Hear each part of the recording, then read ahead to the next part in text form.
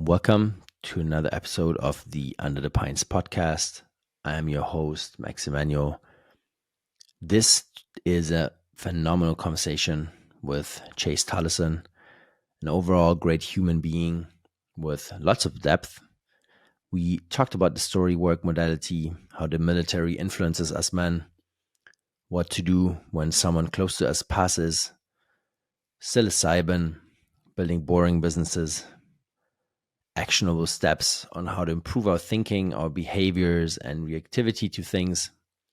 We touched upon fatherhood, apocalypse skills, business media versus social media, why quitting Coke cold turkey might be easier than quitting social media, the divergence, people living in 15-minute cities eating crickets versus people living on a farm and sticking to nature. We also spoke about what's wrong with parts of the modern spiritual movement and much, much more. So, plenty of nuggets. Again, you won't get bored in that hour 15, that's for sure. So, please like and subscribe. If you haven't already, leave a review. And without further ado, let's jump right in. Hello, Chase. Hello, Max. Thank you for joining me. Thank you for having me. Yeah. So I know you've been to the military, and I think it's maybe a good start to start there right before, going down all these different routes. Like, how did that time in your life influence you and everything you do at this present moment? Awesome start here. For context, I went into the military thinking I wanted to be a Navy SEAL. I was, when I started this endeavor, I was 20 years old, and I had talked with the Air Force, and I wanted to be special warfare. And they said, no, you have a misdemeanor arrest charge. You can't get a special warfare contract. I went to the Army, and they said, well, you can go infantry, but we can't give you a Ranger contract because of your record. I went to the Navy, and they were actively growing the SEALs, and they said, yeah, we can give you a waiver for that arrest, and go get your eyes fixed, go pay for LASIK. It's like, cool, I'll go do that. And upon hearing that, my second cousin, my mom's cousin, who was the senior civilian at the Department of Naval Intelligence at the time, sent my mom a book. And the book, some people may have heard of it by now, it's been made into a movie, it's called Lone Survivor. Now, he sent me this book because it was a true account of how people die and get lost in the mountains. Here I am, a testosterone-laden 20-year-old meathead, and I read it in 72 hours, and I put the car up for sale that I said I'd never sell to pay for my LASIK eye surgery so I could try and be a SEAL. I trained for the next year. I would run 2 miles to the gym, swim a couple thousand meters, run 2 miles home, do push-ups and pull-ups and calisthenics in the garage until I was blue in the face. And I did that for a year. I passed my physical, the run, the push-ups, the swims, my physical standards test. I passed the psych eval. And I went to MEPS, the Military Entry Processing Station, and go to contract in on January 26, 2010. And the processor looking at me. It's like, sorry, new instruction was sent out 5 days ago. Your arrest is no longer waiverable. So at this point, I get back in touch with my second cousin. Even though he didn't want me to be a hired hitman for the U.S. military, he tried to help me. He handed my package to the Deputy Chief of Naval Personnel. And that admiral said, sorry, don't believe him, can't help him. The kicker there being it wasn't a true story, but it was the one that the recruiters told me to write so it would go through easier. So at this point, I've talked with three different branches of the military. I'm getting sick of it. I said, fine, get me out of town as fast as possible. Fast in 2010 was 3 months. They said, okay, you're an engineman. You leave in 9 days. That was my first taste of the inefficiencies of the system. And I spent 4 years working, 3.5 after boot camp, my training, working in the engine room on a minesweeper, on a rotational crew. I was really good at what I did. I advanced twice in the 97th percentile. I picked up rate early. I got put in charge of that engine room as a first-term sailor. And because I was good at what I did, my command told me, hey, you can try and be a SEAL. You can submit a package and you can get accepted and have that feel-good moment, but we're not going to let you go. So I had a big, nasty chip on my shoulder. And I watched gentlemen in the Navy who were well-meaning individuals who were using it as a babysitting service for fully grown men.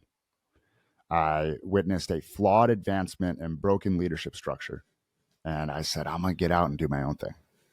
So that's the lessons I learned from the military in a nutshell, is that it's more inefficient than a lot of people think. And there's still a lot of good people with good hearts out there trying to do the right thing. Mm-hmm.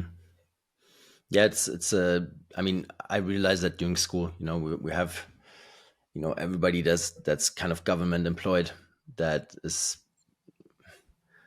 special in a sense, right? Like there's maybe 1 or 2% under these people that actually want to, do something in a different kind of way, and then they try, and then they get pushed back, right? And they get the slap on the back of the head, like, why the hell do you try to change something in the system, right? They just stick to the rules. And yeah, I kind of realized that early on, because I had a lot of issues in school, obviously.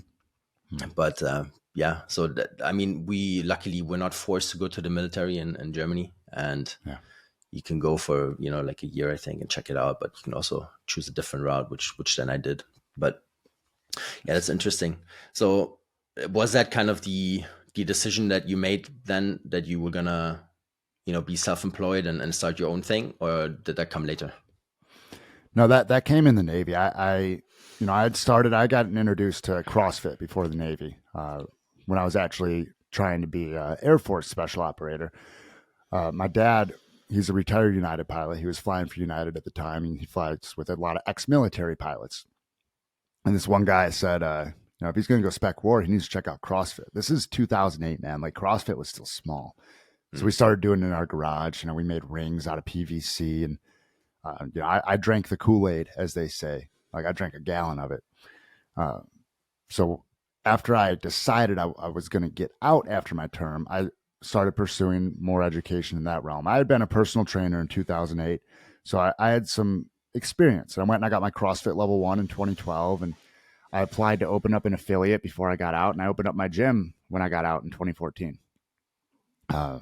That was a fun ride, because you open up a gym and you think, well, I'm just going to work out all day, and people will let me teach them how to work out. And then you realize there's a whole business to run, and that people, like, it's not just like, they don't just want to be super fit like you. They just want to feel good about themselves, and they have a family and a mortgage and a job, and they're just trying to, like, stay healthy. And it was yet another perspective shift for me, and one that over 8 years of gym ownership went from, man, I want to take a team to a CrossFit Games, to I want to help people feel the way they think fit people feel. Because I noticed when a lot of people walk into a gym, that's what they're really after. They want to feel the way they think those 6-pack abs make people feel in their head and their heart. And that comes down to a lot deeper stuff. Fitness is a big part of it. And it comes down to a lot of stuff that's a lot deeper than just the fitness. Yeah, maybe even though they don't realize it yet, right? That they want to get there. First, they think looking like this is gonna, alleviate all the problems and get rid of everything that they don't like. And then once that layer is gone, then the real work starts. Yeah.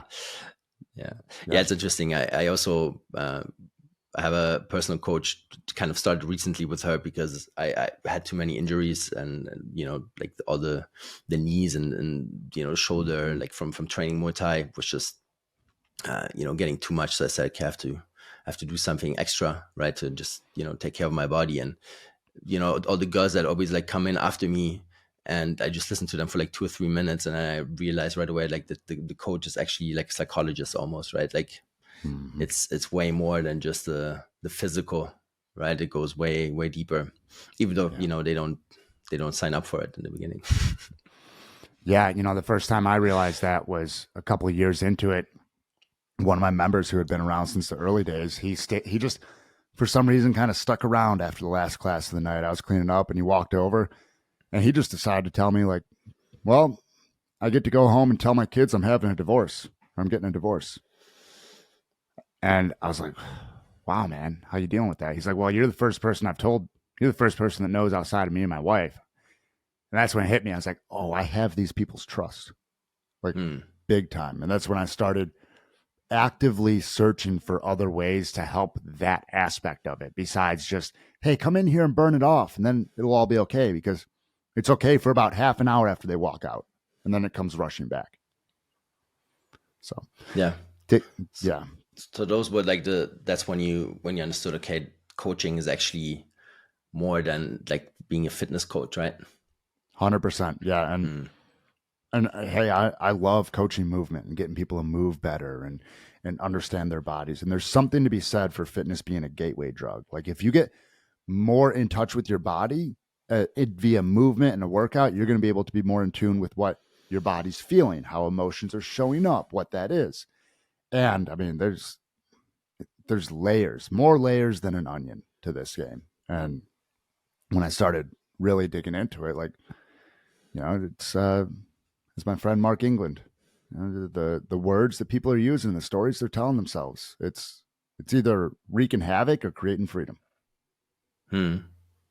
Did you then like test a little bit, like working whilst you were actually getting people fit, or was that like a hard switch that you said, okay, now I'm gonna offer this as well on the side, or? Awesome question.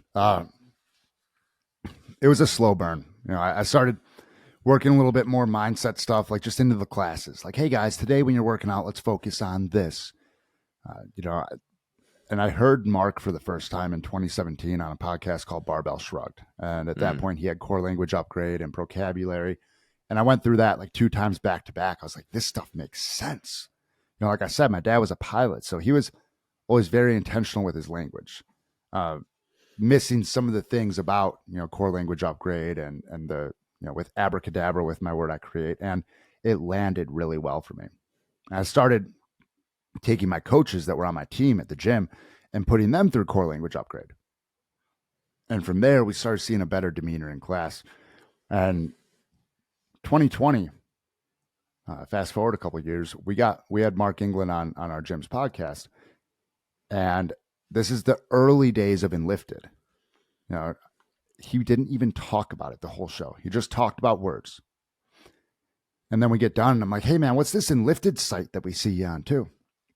He goes, oh, actually, you and I ought to talk about that. So we jumped on a phone call right after the podcast. And he goes, dude, like, it's my job to recognize talent and you'd be wielding a samurai sword with this.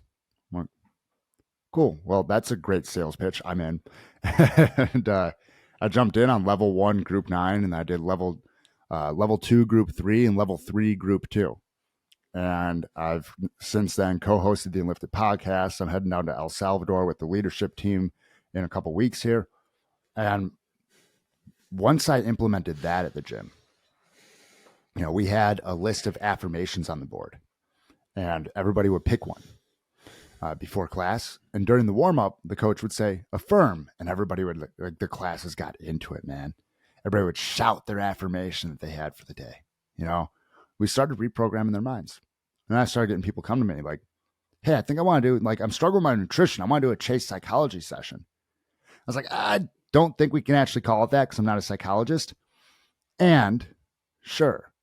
And crazy things started happening, dude. You sit someone down for a nutrition session. You say, okay, well, what's going on? Well, I'm snacking a lot on chocolate at night. Cool. What feeling do you feel when you snack on chocolate? Well, I'm anxious. Cool. When's the first time you can remember feeling that? And this light bulb goes off. Oh, wow. Actually, when my mom pressured me to have a certain body type for cheerleading when I was 12.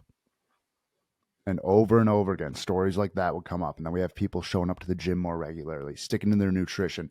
Some people showing up to the gym less, going from 5-6 days a week because they were hiding in the gym to like 3 days a week and actually going and enjoying time with their family. So that's the full story there on how we went from let's just work out to we're going to work stories. And that was with the gym. There's another leg of it where I branched off on my own, and I'll toss it back to you.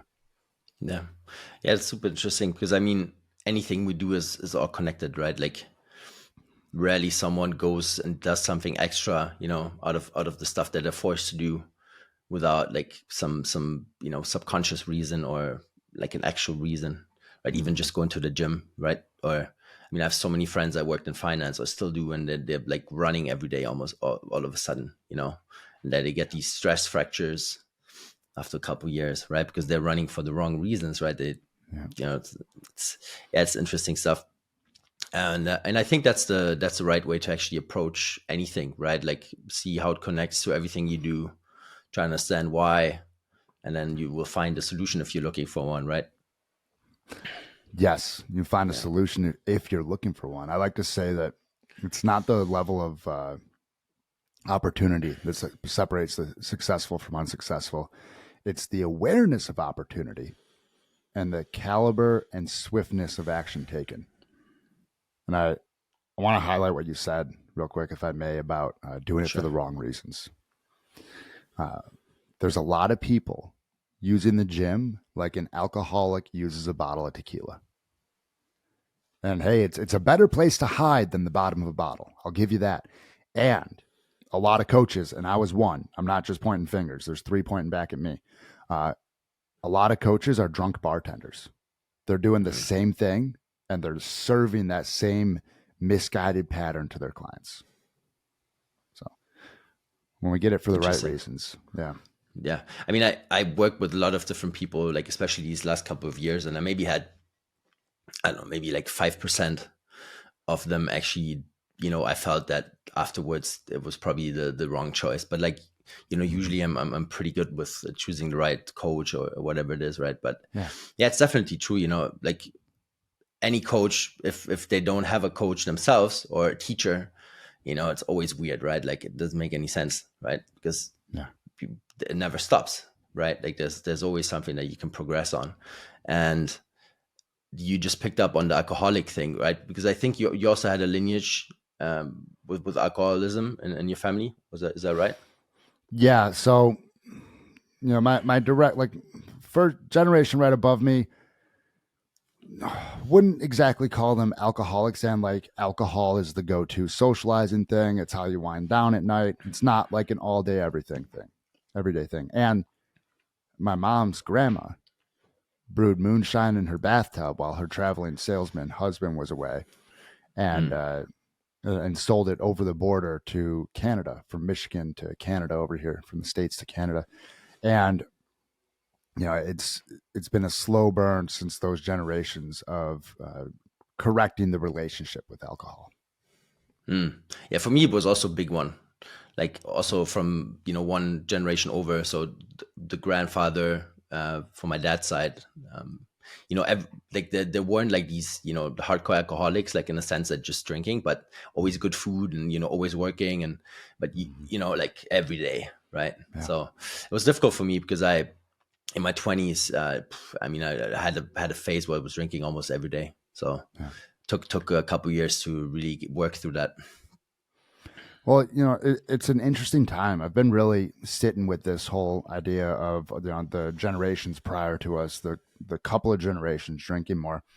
And 150 years ago, there may have been people who were drinking a lot, and most people were too busy doing manual labor, doing work to like be drunk, to like Yeah. or to be hungover even. But then we come into the technological revolution, the industrial revolution, and all of a sudden people have more time on their hands. And they're not going and taking action and doing things for that fulfillment. So what do? They reach for the easy dopamine. And I have a new bit of a, you might agree with this, but kind of a controversial take on this, that part of the reason it's so easy for our generation to dump alcohol is because we have social media. We have Mm. another place to get our quick fix. And we being we as a whole, not like you and I sitting here, but we have another place to get a quick fix, and it's easier to get. And we don't realize the negative effects as quickly as alcohol. Yeah, because you don't get rid of a habit, you just replace it, right? Mm-hmm. Exactly. Yeah, that's a dangerous one. Yeah, I mean it's for a fact. I mean, my son, he's like 4 in a couple of months, and he's grabbing that screen all the time, and Mm-hmm. he doesn't get it, but it's so attractive to him, so attractive that he actually he wants to call somebody, have a video call just so he can look at the screen, and it's just I think it's super dangerous. I mean, and just even with the like the right kind of development of their eyes in the early years. And I mean, I see moms outside, like, giving their 1-year-old screens, and like it's Oh, just crazy. I think super dangerous. And I think at least until like age, 8 or so, if possible, yeah. keep them away from that. Yeah. I was in our chiropractor's office. This is probably 8 or 9 months ago now. And I was taking my daughter for her appointment, and one of the moms there, and she has her kid on an iPad. She's like, I tried not to be an iPad mom, but it's like, it's the only way. And like, to each their own. I didn't say anything to her right then. But in my head, I'm thinking, well, what did they do in the 90s? Like, kids just ran around and played with toys. Like, there wasn't the technology. So like, if you decide that it's the only way, then that's going to be true for you. And there's so many other ways. I'm right there with you, man. My daughter is 17 months old, and she will be off of tech and off of screens for as long as possible. Yeah. Yeah, I think it's the only way. Yeah, 100%. So fatherhood, what did that change for you in regards to, how you approach life? And, we can also attach work and everything else you do, because I mean, it has an effect on everything we do as men. So you just, you take it wherever you want. This will be fun. So there's this in the holistic coaching scene, there's this find your purpose. You guys need a purpose. And at the same time, these guys are running around single, with in women that they do not plan on spending their life with, or holding too high of a bar for women, and like really protecting themselves from ever getting hurt is what they're doing. And really, when purpose really laid in for me, so my daughter was born. Like, even when my wife was pregnant, it was like, cool. Like, I'm gonna take care of this child. I'm gonna take care of my wife.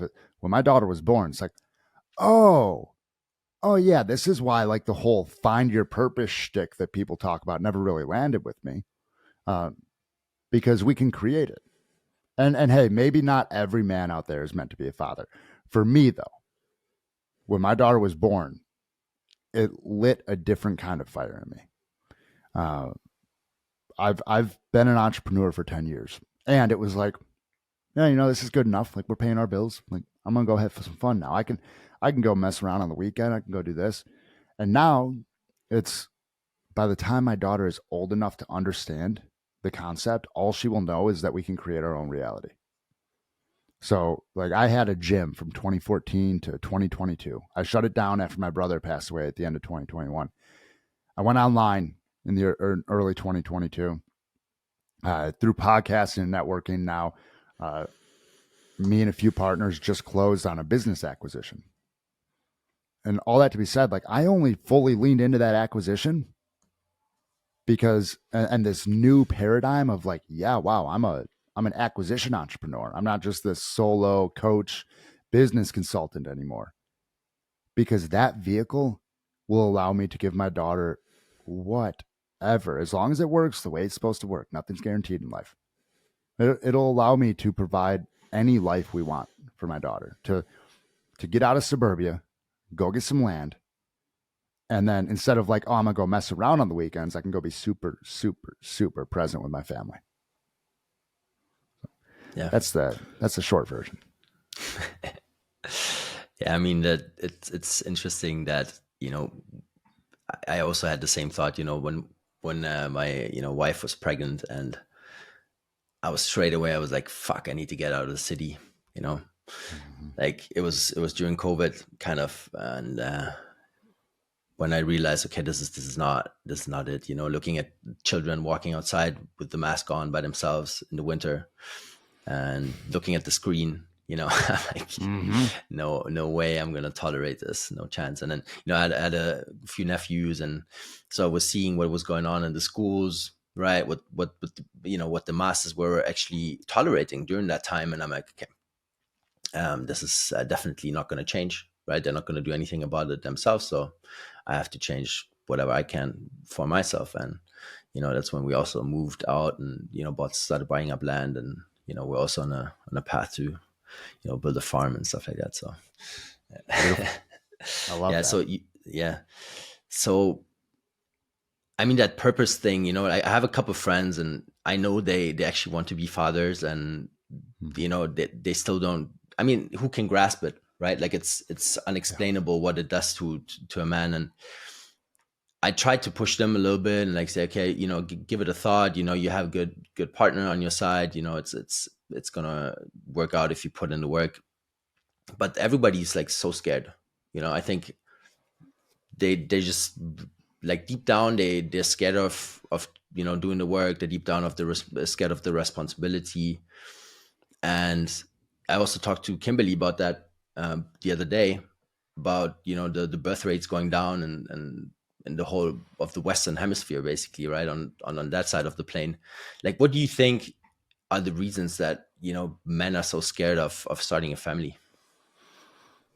Mm. Well, in this social media age, we're seeing all the reasons that our parents messed us up and how they did us wrong. And I'd imagine, um, one, like, give our parents some credit. Like, they didn't have the same tools that we did. Um, yeah, I could sit and stare all day at like the stuff my parents could have done better, or I could look at the fact that they improved from their parents. And that's, as far as I'm concerned, that's the goal. If my child is better than me, I won. And reason rates are going down, men don't. There's distractions out there, man. Um, I mean, there's a rabbit hole there that some people would jump down. That it's part of the plan. They don't need to depopulate with other things. They can just poison the food supply and lower sperm count. And by 2045, sperm count's supposed to be at zero. So what does that do? That takes care of their little overpopulation and depopulation agenda really well. You Mm. know, so between distractions, easily grasped distractions, uh, food and water supply that's absolutely destroying testosterone levels and sperm count, and then, I mean, when you got kids that think that I mean, the high schools in my area have litter boxes in the bathroom. So that's going to contribute. I mean, regardless of thoughts on that whole thing, um, that is going to, if you have kids that think they're a cat and are being told that they're allowed to be a cat, that's going to contribute. There's going to be less people reproducing. So it's a multi-pronged thing there. Yeah, it's crazy. I mean, even that generation now that you just talked about, that, I mean, that's just on another level. But I mean, just ours, right? Like, it's Yeah. it's crazy to see how little we think about that family structure. And I think, to me, the family unit is actually a fundamental part of a healthy society, right? Like, just as you said, it's part of the agenda. They pulled it apart, like, in such a great way. Also, like, the woman basically all of a sudden, doing a 9 to 5 and Mm. working, right, and not being at home and not taking care of the children. And it's like, it worked out super well, right, all in all. Like, well done. Gloria Steinem. Do you know the name? No. She was a leader of the feminist movement, and she had proven ties to the CIA. Yeah. Okay. Now, okay, crazy thought. Like, consumerism in the 50s was started by a propaganda. If you don't, we'll just go there for a second. Yeah, sure. Consumerism in the 50s was started by a propaganda campaign by the U.S. government because the economy was going to tank after the war, and they wanted more money to be flown around. Now they got that going. Now they go, oh wait, we got more people buying stuff, but we had women working during the war, and we don't anymore. And we have half of our usable taxable bodies sitting at home. How can we create more government revenue? Now, I'm not saying the CIA would do something like start or fuel the feminist movement and make it bigger to create more tax revenue in the United States of America, but I'm saying the CIA would do something like that. Uh, so you go that, and then it creates this whole downstream effect. And like, we're talking about men that don't want to have babies, but I mean, my wife, when we Yeah. first started dating, she was like yeah, I don't know. Like, I have an engineering degree, and now, like, dude, priority number one is getting her out of the workplace so she can homeschool our children. Like, she bought the hashtag girl boss thing, her hook, line, and sinker. And she'll even say, like, it was all a facade. So that's my shtick there. Yeah, yeah. I just literally talked about that in the last podcast with Kimberly too. Yeah, but it's spot on. I mean, you don't even need to like control that much of the journey. You just basically show like young women that it's important to go to university and get a degree, and then they're kind of caught up in the system already, right? Like you're not Yeah. gonna and then especially like in the States, like you pay X amount, then you have debt to pay off because of university, and then you're already stuck in the rat race anyways. Yeah. And even if you don't have the debt to pay off, you spent all that time. Mm. And that sunk cost of the time. And well, if I was wrong, what does that mean about me? The cognitive dissonance will completely keep people on a journey that they're not actually happy with. And in my opinion, that's what a midlife crisis comes from. Because you don't learn to listen to yourself, and then all of a sudden your kids leave for college, and there's nobody to drown out that noise that's been building in the back of your head. Yeah, yeah. I've witnessed it a couple times with a few acquaintances, and I think it was in their cases it was mostly because they were working on something that wasn't aligned with their purpose. They were just working for Mm-hmm. somebody else, Yep. right? And then that's when the noise builds up. Yeah, it makes sense. Yeah. Totally. 100%. How did you? So you said your brother passed away, right? So my sister passed away also just recently. And how did you get through that pain? So I had been in the enlifted community for over a year at this time. Mark has said to my face and in front of other people that I took to this work as I stand up while my desk is rising, so I'm like hunched over right now. But Mark has said to people that I took to this work faster than anybody else. Right. So that being said, I had a handle on my stories that had already happened. And then I knew that one of the keys in running this through and making it real was to make it real. So after I got home from the hospital that day, because it all happened all in one day, he didn't wake up. I went to my parents' house. He was pronounced dead there, but then they got a pulse. And then we went to the hospital, and he had been, he died twice more in the ER, and then his brain had started swelling too much. And I controlled my breath. I was the one giving people hugs to help them to stop sobbing. And when I got home that night, and I actually tried it on the way home because I knew to be able to heal something, you got to actually first make it real. It actually happened. I tried on the way home. I was like, my brother died today, because I could feel my subconscious not wanting to accept it. It's like, oh wait, I'm driving, and now I'm like really crying. So I'm gonna wait till I get home to do this.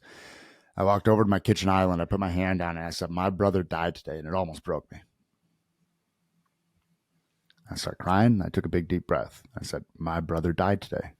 I cried a little less, took a big deep breath, and I said it again and again until 3 hours, I think 2 hours after his heart officially stopped and he pronounced dead. I could stand there without any support from anything else or anyone else and say, my brother died today. And what that did for me is when I got up the next day, I sobbed. Joseph Campbell said, any feeling felt fully is bliss. And I laid in bed and I sobbed. My wife said it felt like I shook the foundation. Like as soon as I opened my eyes, I just felt it all the way through for about 60 to 75 seconds. If you go into an emotion fully, it's only there for about 90 seconds, and then it's a choice. And I got out of bed, and I turned a cold shower on, and I sat in it. I just sat down in my shower. And then about a week later, or later that week, I started writing the stories. I wrote the story of getting the call from my mom, of showing up to my parents' house, of showing up at the hospital, of the doctor telling us that his brain was swelling, of going back there and seeing him, of going back there and seeing him with my wife. I wrote every single event out. I got on with a trusted coach that operates with the story work stuff and the Unlifted method. And I worked through those stories. And that is how I dealt with it. So, Yeah, beautiful. I mean, it's something that we kind of have to learn, right, to be authentic to the situation and to ourselves, right? Like, because we grow up and we're not allowed to show anger, we're not allowed to show sadness, right? Because it makes you, supposedly it shows that you're weak and all that stuff. I mean, it's literally too much. We have like all these suicide rates, right, going up, and I think it shows strong masculinity, right? Like if you are able to be vulnerable, right? If you are able to talk about your feelings. And I mean, was that kind of also a realization that you had later on, that you had to put it on paper, not just think it, and in order to really feel it? Because that, I think that's Mark, I talked to him as well about that, because it is difficult, right? Like to put it from there onto the paper and then back, right? If you see it as a triangle, it starts to make sense. yeah, it's difficult. I mean, that's in the mindset side of things. I work with people in building their businesses, and I consult with businesses now too. And in the mindset side of things, this is why people hire me, because if it was easy to just find which stories to write down and write them down and read them out and sit with them, everybody would do it. It's the reason I still work with coaches when I have a really gnarly story, like my brother dying, to work through. And I learned this when I went through and lifted level 1, because there was a story from when I was 17 years old. My dad stepped outside through the garage on 4th of July. I was out there with some friends. He was in the backyard with my mom and some of their friends, and saw me smoking and got angry. My dad and I had never had a physical altercation before this, but he put me up against the wall. And I took a swing at him, but I pulled it off. And then my friends were leaving. I went to go around back, but he said, "No, you're staying right here." And, all the in between aside, I ended up hospitalizing my father. 32 stitches in his face, a broken nose, and 4 staples in the back of his head. And I thought that I had dealt with that story, because I would tell people, "Yeah, I hospitalized my dad, 32 stitches in his face, broken nose, 4 staples in the back of his head." But when you say it that fast, you're just bypassing the whole thing. Just zoop. I wasn't feeling any of the guilt, any of the shame, any of the actual like anger towards him, because there's layers to this, right? So when I first worked it, Mark asked me, "How you feeling?" I said, "Dangerous." I said, "Some of the best people I know are dangerous. It's just controlling it." And then after that, this took years. I mean, I cracked that story open, and it took over 2 years. And I was a little angry at my dad, because I was like, "Well, you bullied your 17-year-old into fighting you, basically." And then it all came rushing back in a meditation one night. Just like it all hit me. I remembered all the good memories. And I realized the wedge that I had subconsciously driven between my father and I. And I wept. And I understood the value of feeling my feelings at this point. Like I had felt it on different stories. This was after my brother died that this meditation happened, but I wept for like half an hour, and I pulled out my phone and I said, "I see you, Dad." And I started listing all the good things that happened with him in my life. All that to be said, like, yeah, that's one of the most masculine things a man can do is feel his feelings. I was having this conversation with one of my friends recently that, guys get pegged as the less emotional. It's like, no, it's just because oftentimes we're not taught how to inspect anything deeper than anger. Like there's so many layers below that. So. Yeah, because anger is kind of easy, right? You can just let it out, and it makes you more masculine, right? If you punch something, right? It's such a weird thing to go about. But I mean, that is definitely something that we need guidance with, I mean, we don't have anyone that, if it's not our father that kind of guides us with that kind of stuff, right? Like society doesn't. It actually encourages like violence, for no reason. It encourages, all these negative aspects about masculinity. And yeah, it works, right? It keeps the prisons full and the vibrations low, right? Yep. 100%. Yeah. And that's just it. On that note, it keeps guys further and further away from actual love. Mm. Because love is the root of it all. And if you're unable to feel any emotion fully, you're unable to feel love fully. And if you're unable to feel emotions fully, you likely don't have love for yourself. And until you can start to love yourself, it becomes really hard to express love for anyone else. Mm. Was that, what did you have to work on with yourself when you became a father? Was that like one of these topics that you realize, okay, shit, I have to go deeper there? Because like for me, it definitely was, right? Like I had plenty of stuff to work on. I got lucky that I Mm. found this work before I was a father.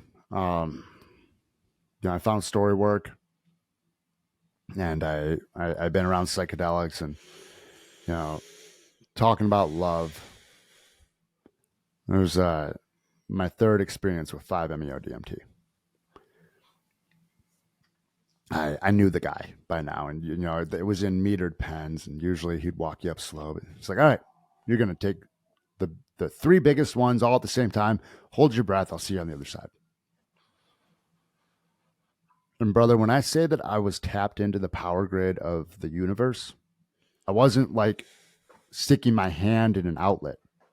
I was standing in the power station, in the nuclear reactor.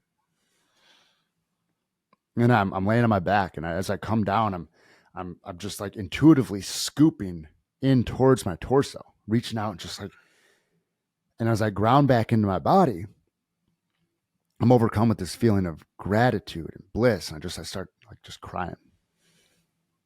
And I realized that most powerful force, that generator for the reality that I was tapped into, was love. And that was a paradigm shift that is only second to the day my daughter was born. And the day my daughter was born is the only time that I've ever felt love more than that. And I really credit that experience and me being able to feel as much love for my daughter and my wife as I can. Yeah, beautiful. Yeah, it's these events that we have. I also had one not too long ago. It was kind of the same, like everything clicked, and I felt, okay, get rid of the distractions and feel into your core. And that's also when that developed. It was definitely like love and companionship and the family aspect of things, right? It was very strong for me to like to see the family, because as a basis of progress. And yeah, I mean, it's probably not for everybody, to go on one of these journeys, Yeah. and especially not if you haven't done anything prior, because people, they think it's an easy way, just go somewhere and Yeah. have a little sip. And then they say it didn't work for them. Well, that's because Yeah, you didn't work for it. Yeah. exactly. It's, and yeah, anytime that this stuff has like the big experiences have happened, it's not because I rearranged my schedule to make a trip to the jungle. It's because all of a sudden the stuff appears like at an event I'm at, or it's somewhere that I didn't expect it. Like it wasn't like, hey, DMT is going to be here.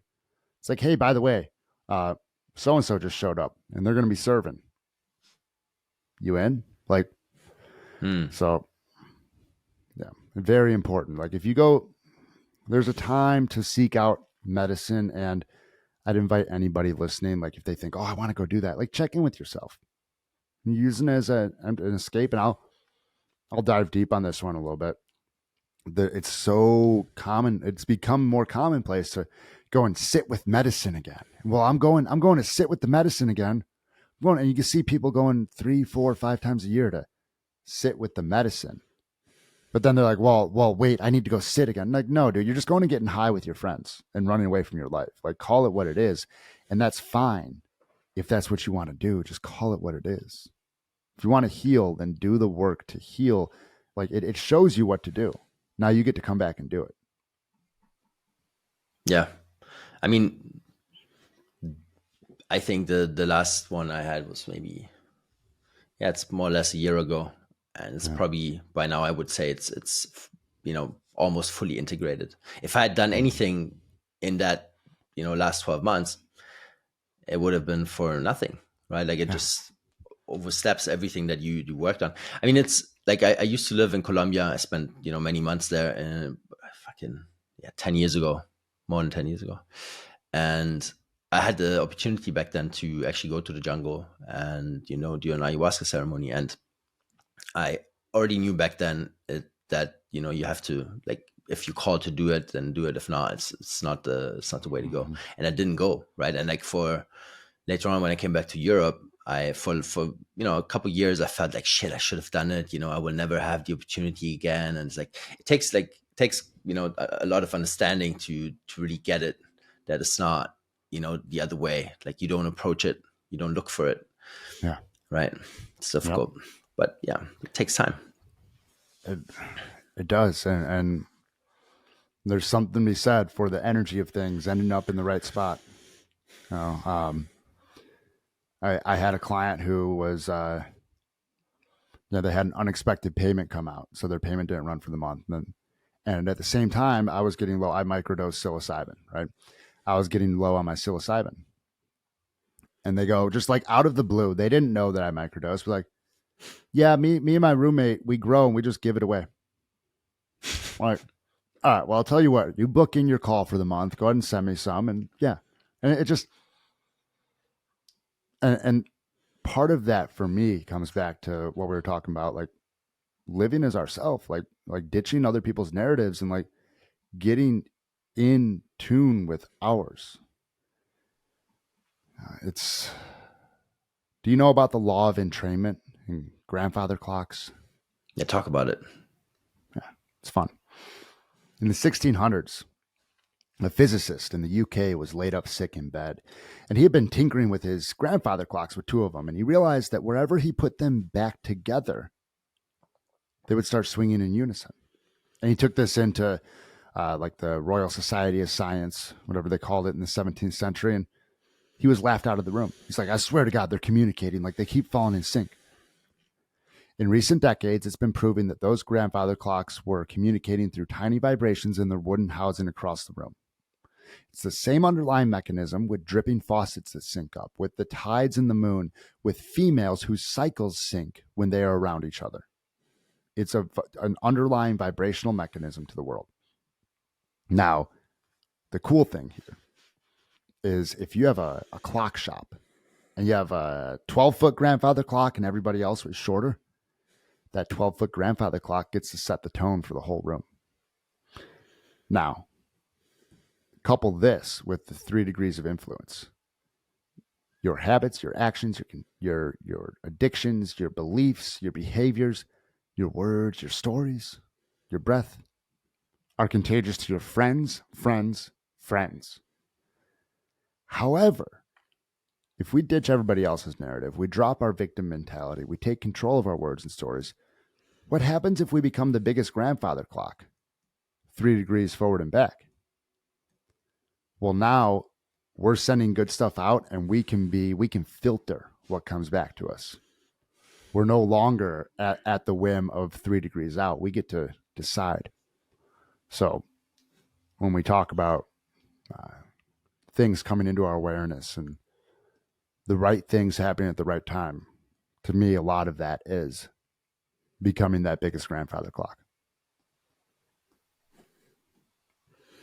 Yeah. In my 20s, or let's say, up until my late 20s, I was living on a fast track. I thought, okay, I understood how the world works in the background, what the dark forces are.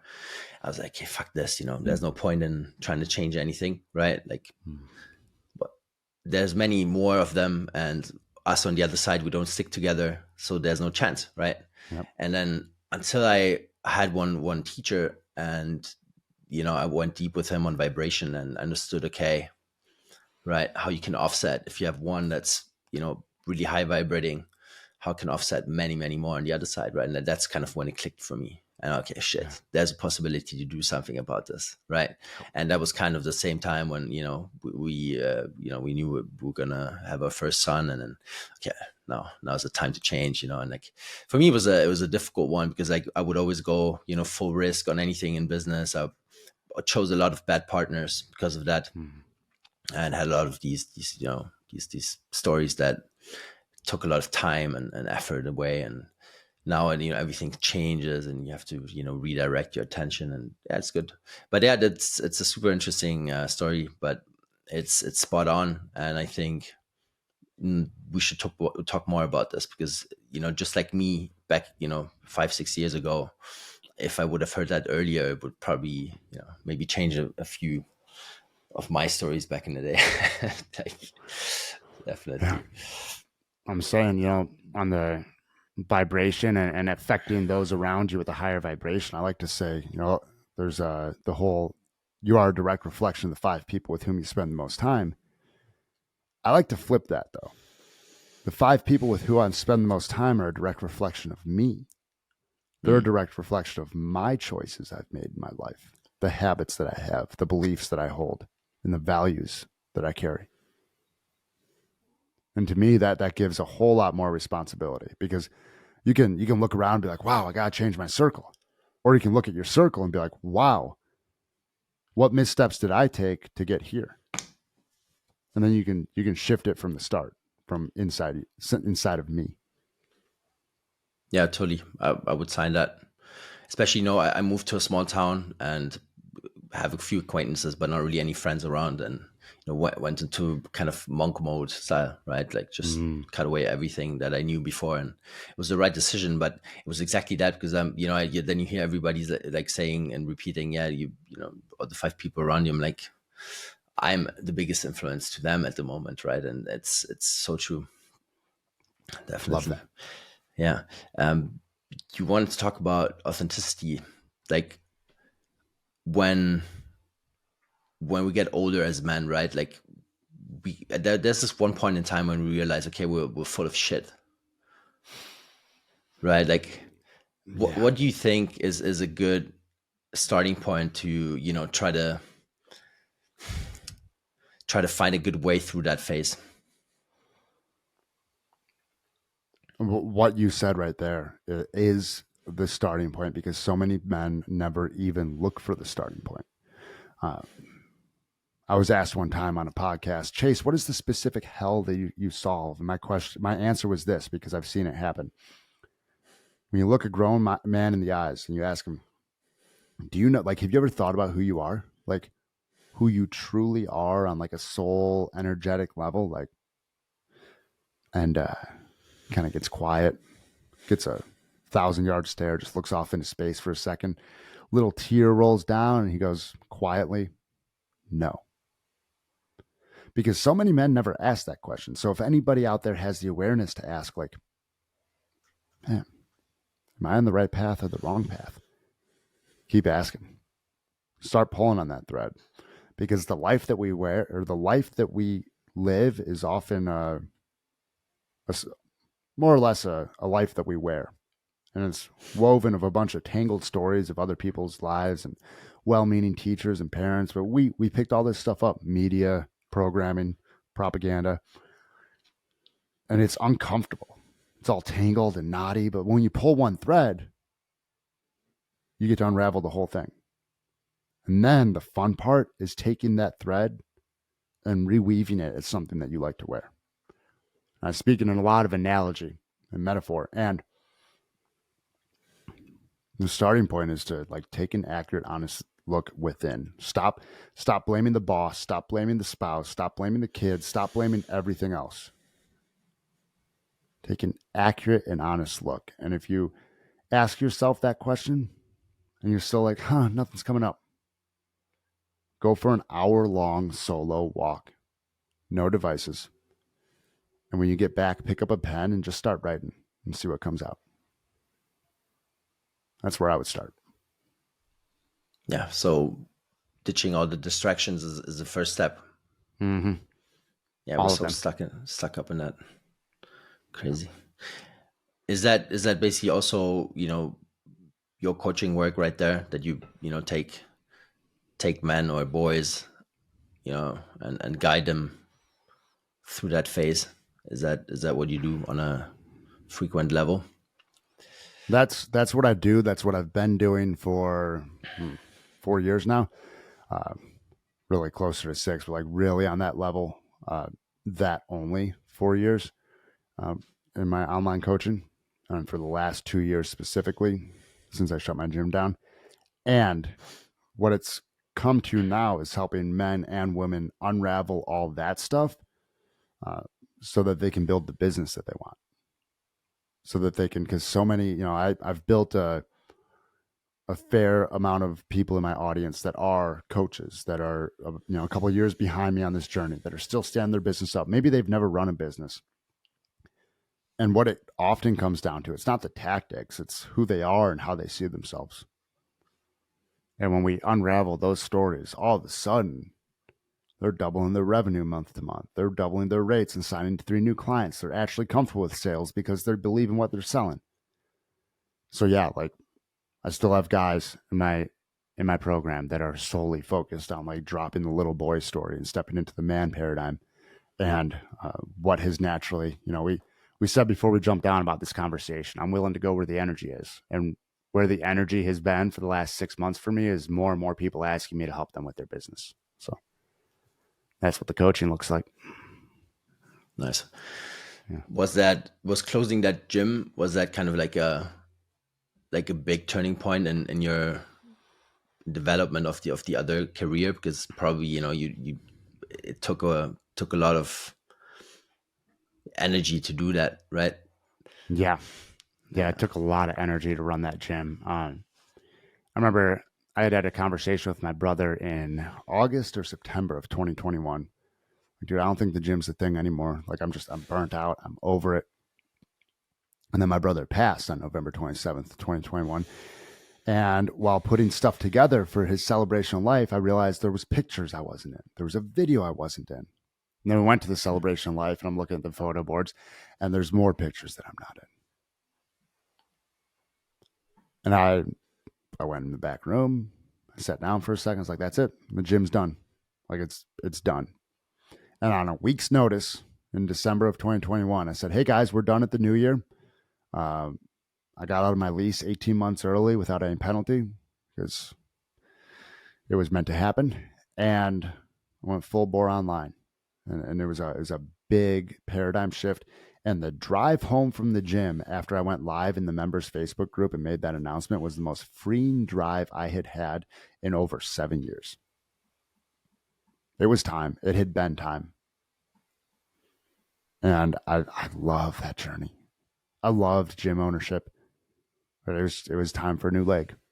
And that new journey has turned into a couple of other new journeys. And it's, for anybody listening, I'll say this: lean into new iterations. If you're unfamiliar with Joseph Campbell's hero's journey, take a look at it. It's not just one revolution either. We're supposed to keep going on that sucker. Like, what's the next journey?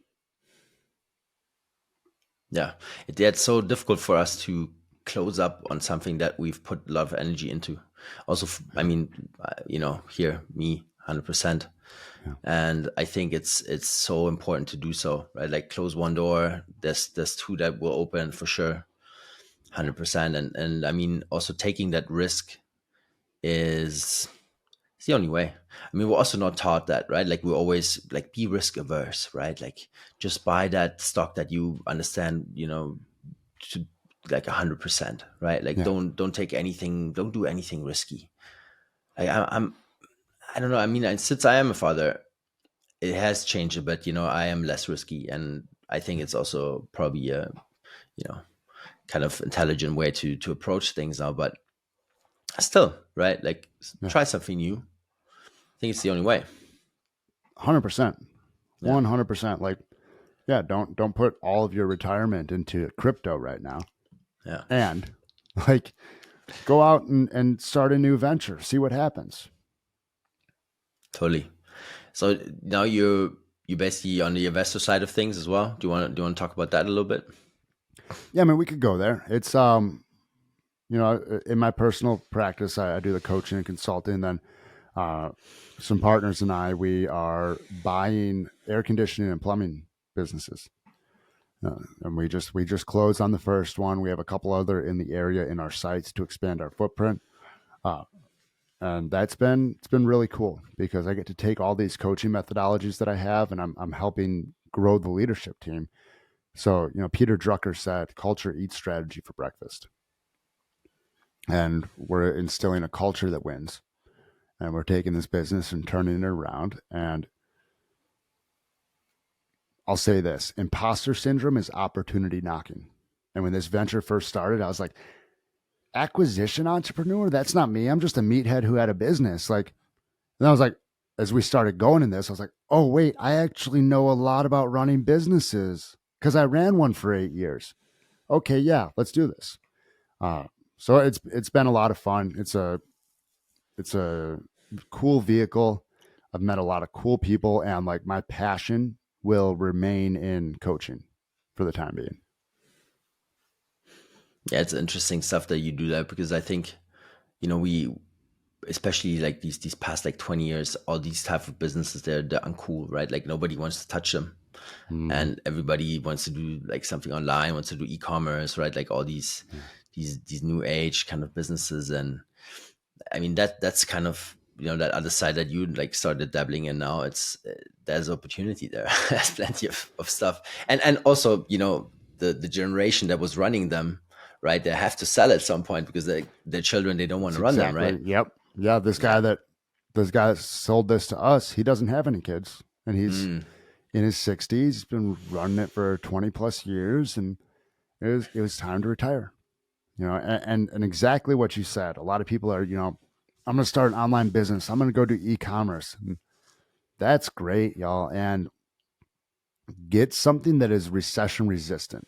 Nothing is recession proof, but recession resistant. And plumbing, air conditioning, heating, people will always need that. In the U.S., I don't know what it's like over there, but over here, people are going to continue to need storage units, even in a recession. They're not going to sell all their extra stuff. They'll pay yeah. that $150 a month. So getting businesses like that, it's big. Uh, like you said, the internet money boom is really cool. And there's a tangent here that I see a lot of accounts that are trying to pitch people on internet money. They're like, here's some careers that'll bring in the new earth. And it's like health coach, content creator, this, that. And like nowhere in that list is mechanic, the people that actually keep the world running. Like, I've got apocalypse skills. Like I I rebuilt diesel engines for the United States military. Like I can keep our generators running. I can keep cars running. Like get yourself an apocalypse skill, guys, because internet money is not an apocalypse skill, and it's going to hurt real bad if that's your only skill. Yeah. Yeah. I spent some time in Vegas, like not just on the strip, but like actually, lived there for some time, and Yeah.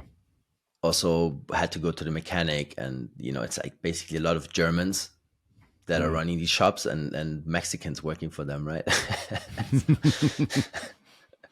Yep. Yeah. Yeah. There's plenty of opportunity there, but like no one wants to do it. Well, I also see that. Yeah.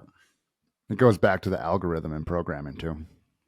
Like Mm, the TikTok algorithm in China rewards feats of education and engineering. And in the United States, it rewards slutty dancing. Like, mm. like, if you want to tell me that's accidental, come on. Like, uh, Nothing there's is. nothing is. Yeah. No way. To get back to the nootropics and psychedelics, because Yeah. we just touched upon it a little bit. Like, are you constantly microdosing, or like what's your take on these? I microdose psilocybin on Sunday and Thursday. I've done a rotating schedule before, but then it's like, well, wait, is it a day? Isn't a microdose day? So I do Sunday and Thursday. I've done every third day before. Um, Hmm. right now, Sunday and Thursday is nice. It's been over 2 years since I had a big psychedelic experience. It's been well over 2 years. Uh, just the microdosing, I'll get a long meditation in on some microdose days. Microdose combined psilocybin combined with paraxanthine, which is a natural metabolite of caffeine that's out in a couple of energy drinks and a special type of coffee now. That's a good workflow one for me. But Hmm. for me, like, I love psilocybin, love it. And as a father, it's few and far between that I have 6 hours to go eat a bunch of mushrooms, and it's few and far between anymore that I have a need to or like Right. a calling to. Yeah. Yeah. Yeah. Totally. Yeah. Me as well. I haven't had a drink in like a year almost. Mm. Don't feel like the need to anymore. Before Mm-mm. it was like a staple. Yeah. And also anything else like partying, or it just doesn't interest me anymore. It's like completely off the plate. And that's part of the journey, right? Like, I think if you don't feel that when you're a father, then you should probably work on yourself a little bit, because if that is still more important. Yeah. Yeah. Yeah. Ask yourself what you're if you're running from something or running from some emotion, if the partying is always something, right? Mm. Any of those, drinking and partying, social media, like, so I started doing it myself. If I reach for my phone to, like, oh, I'm gonna go scroll Instagram, like, wait a second, what's actually going on? What is my brain and my body actually seeking here that I'm trying to band-aid with a quick fix?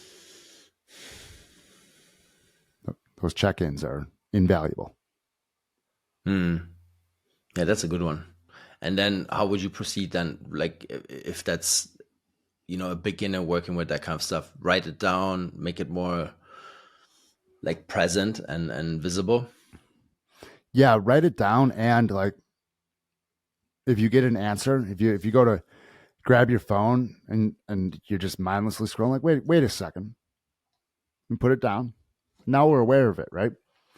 Now let's take a breath. Okay, we took a breath. We downregulated our system.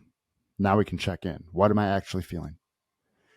What is my body and my brain actually seeking? And if we get an answer, right? Go do that thing. What could I actually be doing that is productive to fuel this? Could I be taking action on my business? Could I be going and being present with my kids? Could I be going and working out? Could I be doing the dishes, running the vacuum, taking the trash out? What else could I be doing right now?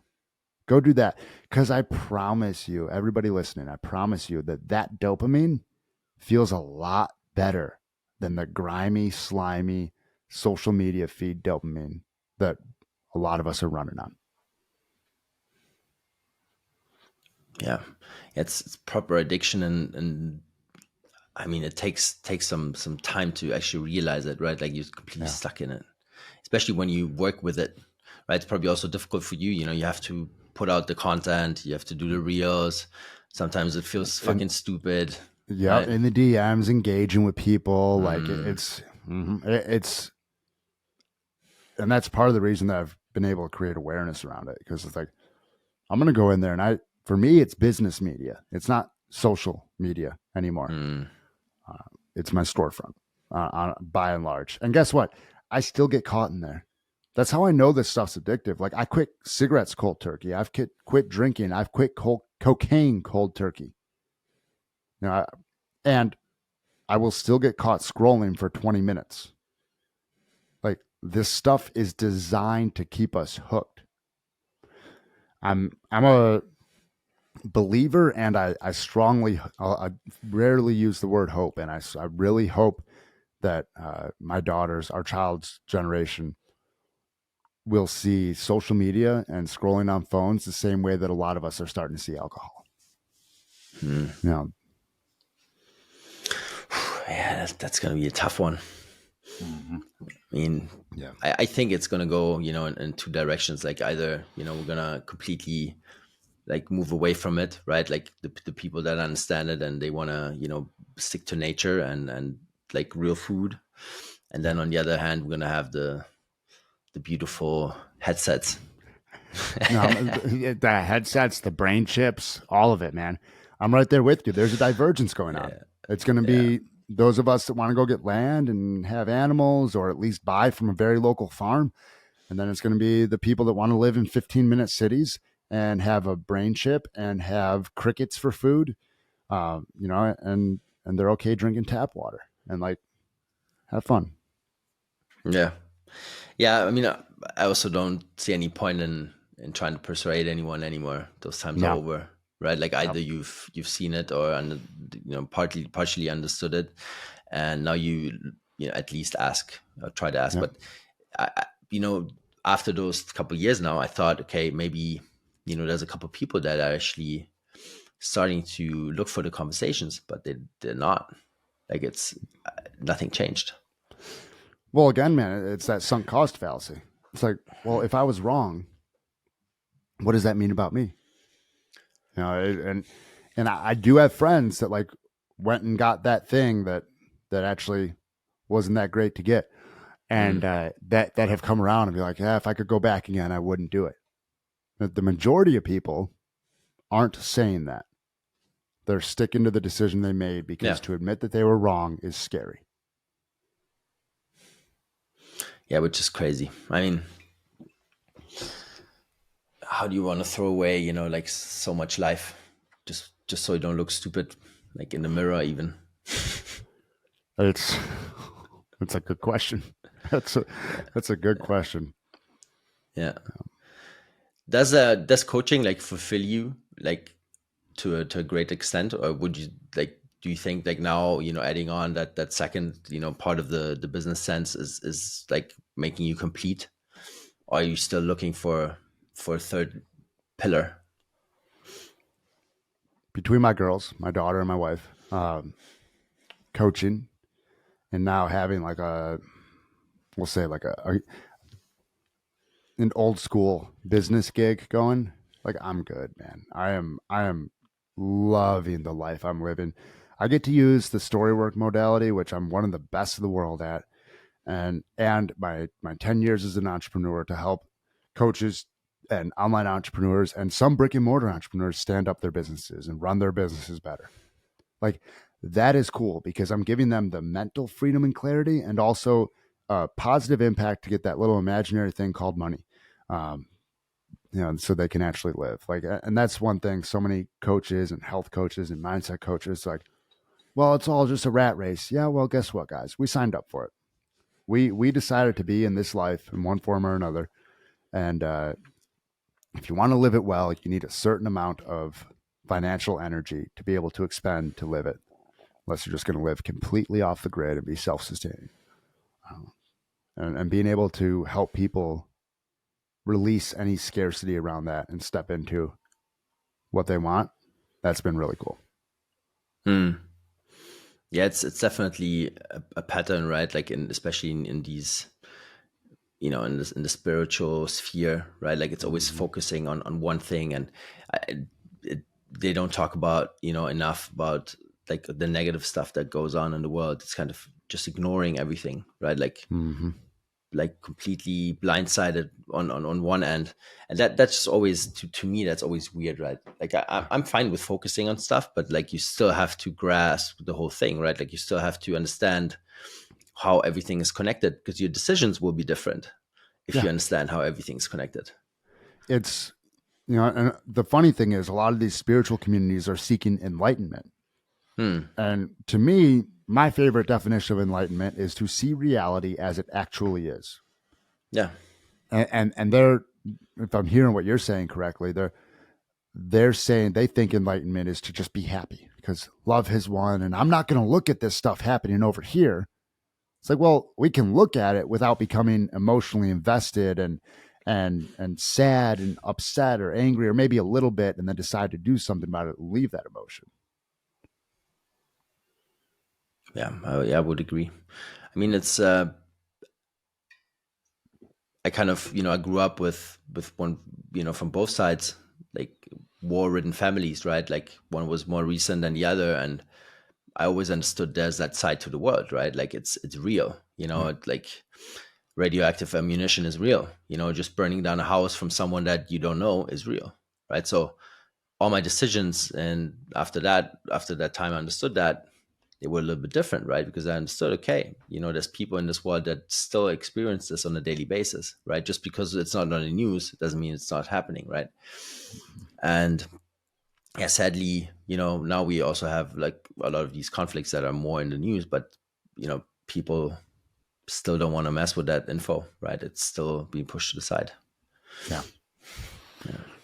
Yeah. And if it's in the news, ask what else is going on. Yeah. At least I don't, my TV is not connected, so it's all good. Yeah, that's one thing, my parents definitely, yeah, I'm very grateful for that, because we never had one at home, not even when I was a kid. Nice. So yeah, it's definitely good.